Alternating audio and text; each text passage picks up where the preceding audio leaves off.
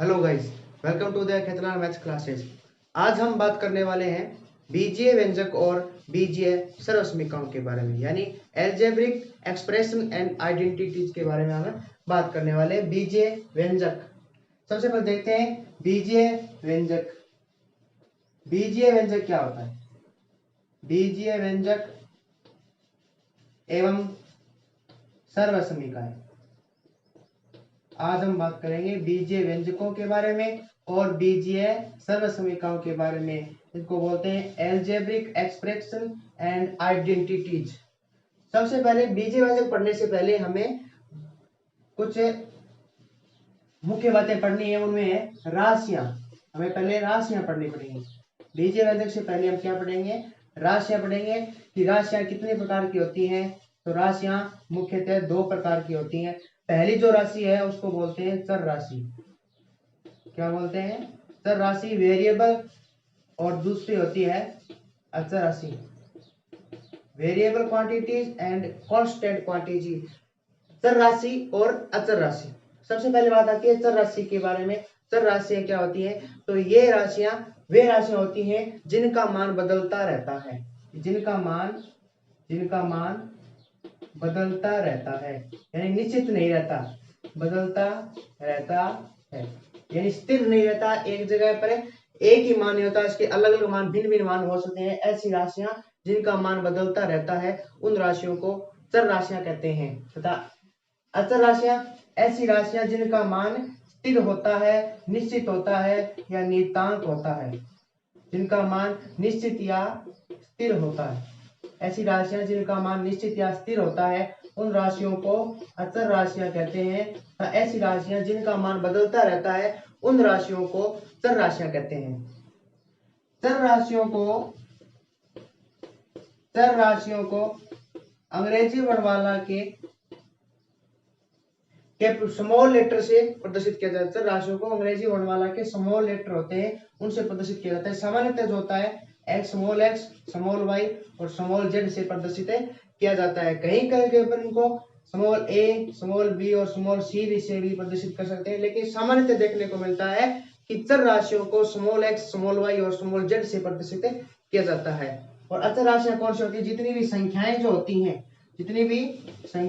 होती हैं उनको कौन सी राशियां कहते हैं? वो कौन सी राशियां होती है? अचर राशियां होती है। संख्या कितनी होती है? 0, 1, 2, 3, 4, 5, 6, 7, 8, 9, 10। इस प्रकार ये सारी जो संख्याएं होती है उनको अचर राशियां कहते हैं। और चर राशियां भी होती है जिनका मान बदलता रहता है। चर राशियों को स्मॉल एक्स, स्मॉल वाई या स्मॉल जेड से प्रदर्शित करते हैं, या स्मॉल ए, स्मॉल बी या स्मॉल सी।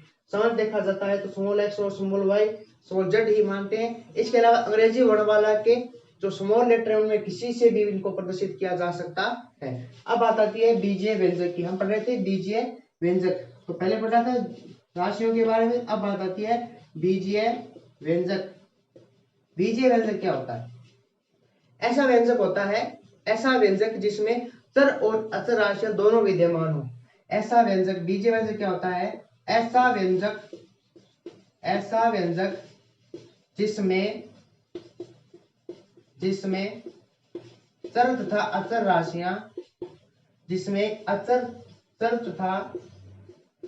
राशियां, हो, दोनों हो। ऐसा व्यंजक जिसमें चर तथा अचर राशियां हो उसे बीजीय व्यंजक कहते हैं। या इसकी दूसरी जो परिभाषा है वो परिभाषा ये है कि ऐसा व्यंजक जिसमें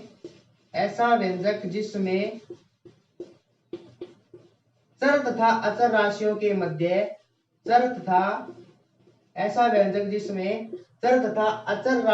मध्य संक्रियाएं लगी हों। ऐसा व्यंजक जिसमें चर तथा अचर राशियों के मध्य क्या लगी हो? संक्रियाएं लगी हो, उसे बीजीय व्यंजक कहते हैं। ऐसा व्यंजक होता है जिसमें चर तथा अचर राशियों के मध्य संक्रियाएं लगी हो। संक्रिया में कौन कौन सी चीजें आती है? संक्रिया 4 मूलभूत संक्रिया होती है। कौन कौन सी? प्लस, जोड़, घटाव, गुणा और भाग। ये सारी क्या होती है? संक्रिया होती हैं जिनमें चर और अचर राशियों की वजह संक्रिया लगा दी जाती है, तो क्या बन जाता है? बीजीय व्यंजक बन जाता है। एग्जाम्पल की अगर बात करें, एग्जाम्पल इसका कहीं पर भी लिखा है 2x प्लस 3। इसमें देखो चर भी है अचर भी है, इनके वजह संक्रिया लगी है। ये क्या है? बीजीय व्यंजक है। 3y² माइनस 5, इसमें चर और अचर दोनों है तो ये भी बीजीय व्यंजक है। 5z⁻³ प्लस 2z माइनस 8, ये भी क्या है? बीजीय व्यंजक है, जिसमें चर भी है अचर भी है और इनके मध्य क्या लगी है? संक्रिया लगी है, यानी जोड़ बाकी गुणा या भाग इनमें से कोई भी संख्या लगी होती है तो उसे क्या कहते हैं? बीजीय व्यंजक कहते हैं। जब चर और अचर के मध्य कोई भी चिन्ह नहीं हो तो उसका मतलब क्या होता है? उसका मतलब होता है यहाँ पे गुणा संख्या लगी है। उसमें क्या मतलब है? यहाँ पे गुणा संख्या लगी है और प्लस और माइनस तो दिख ही रहा है। अचर जब ये कोई भी चिन्ह नहीं हो, कब है? जब गुणा का चिन्ह हो तब इसमें चर और अचर के मध्य कोई भी चिन्ह दिखाई नहीं देता है तो यहाँ पे क्या होता है? गुणा का चिन्ह होता है। ये कौन कौन सी राशि होता है?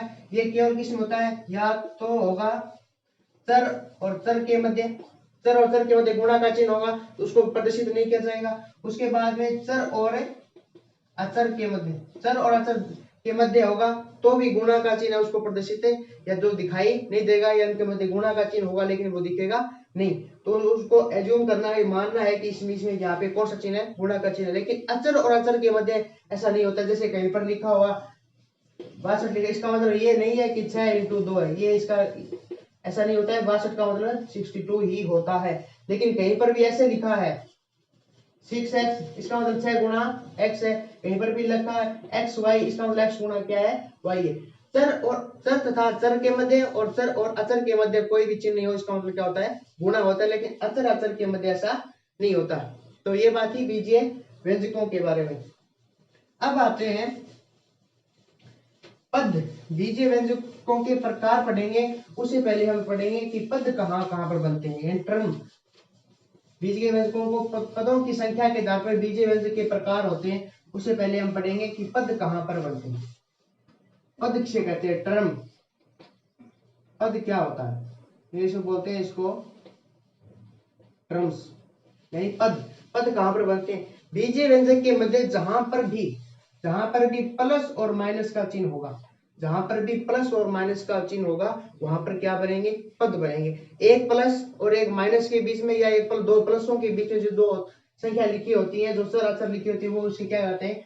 पद कहलाते हैं। जैसे एग्जांपल की दृष्टि से देखें तो कहीं पर भी लिखा है 2x² प्लस 5x माइनस क्या है? 7, ये लिखा है, ये बीजीय व्यंजक है। इसमें पद प्लस और माइनस कहां पर लिखे हैं? एक यहाँ पे और एक है यहाँ पे। इससे जो इसके अलावा जो बच गए वो पद है, तो यहाँ पर एक पद बन गया। उसके बाद में ये दूसरा पद हो गया और ये कितना हो गया? 3। तो इस बीजीय व्यंजक में कितने पद हैं? इस बीजीय व्यंजक में 3 पद हैं। तो पद कहां पर बनते हैं? जहां पर जोड़ और घटाव संक्रिया होती है वहां पे क्या बनते हैं? पद बनते हैं। यानी पदों की गणना जोड़ और घटाव संक्रिया के आधार पर होती है और गुणा व भाग संक्रिया के आधार पर क्या होते हैं? उसको बोलते हैं खंड या गुणनखंड बोलते हैं। गुणा या संक्रिया के जो पद होते हैं, जहां पर गुणा या भाग संक्रिया लगी होती है वहां पर क्या बनते हैं? खंड बनते हैं, या जिसको गुणनखंड कहते हैं। और जहां पर प्लस और माइनस की संख्या लगी होती है उसको क्या बोलते हैं? पद बोलते हैं, टर्म बोलते हैं। तो अब बात आती है बीजीय व्यंजकों के प्रकार। बीजीय व्यंजकों के कितने प्रकार होते हैं उसके बारे में देखते हैं। किसके आधार पर देखते हैं बीजीय व्यंजकों के प्रकार? हम देखेंगे पदों की संख्या के आधार पर। पदों की संख्या के आधार पर बीजीय व्यंजक के प्रकार। पदों की संख्या के आधार पर बीजीय व्यंजक के प्रकार। सबसे पहला आता है एक पदी व्यंजक। एक पदी या एक पदी बीजीय व्यंजक। एक पदी बीजीय व्यंजक नाम से स्पष्ट है, ऐसा व्यंजक जिसमें केवल और केवल क्या हो? एक पद हो, उसे क्या कहते हैं? एक पदी बीजीय व्यंजक कहते हैं। जैसे कहीं पर भी लिखा है 2x माइनस का 5y 7z², इस प्रकार के जो पद होते हैं, अलग अलग पद लिखे हैं, ये यहाँ पे कॉमा लगा है ना, इसलिए अलग अलग ये सारे के सारे क्या किसके उदाहरण है? एक पदी बीजीय व्यंजक के उदाहरण है, जिनमें केवल और केवल क्या होता है? एक पद होता है। उसी प्रकार दूसरा प्रकार क्या हो जाएगा? द्विपदीय बीजीय व्यंजक। द्विपदीय बीजीय व्यंजक, इसमें क्या होता है? ऐसा नाम से स्पष्ट है, ऐसा व्यंजक जिसमें कितने के पद हो? जिसमें 2 पद हो, उसे द्विपदीय व्यंजक कहते हैं। इसका उदाहरण क्या हो गया? कहीं पर भी लिखा है 4x प्लस 7, इसमें दो पद हैं। 5y माइनस 8, इसमें भी कितने पद हैं? दो पद। इस प्रकार के जो उदाहरण होते हैं उसको कहते हैं एक पदीय वजह। यानी पदों की संख्या के आधार पर प्रकार होते हैं। इसमें एक पद होता है उसको एक पदीय, दो पद होते हैं उसको द्विपदीय, तीन पद होते हैं उसको त्रिपदीय, और बहुत सारे पद उसको बहुपदीय या बहुपद कह उसको कहा जाता है। इस प्रकार थे बीजीय व्यंजकों के प्रकार थे पदों की संख्या के आधार पर। फिर इसमें नाम आता है एक लाइक और अनलाइक टर्म, यानी सहजातीय और विजातीय पद। उन वे क्या होते हैं?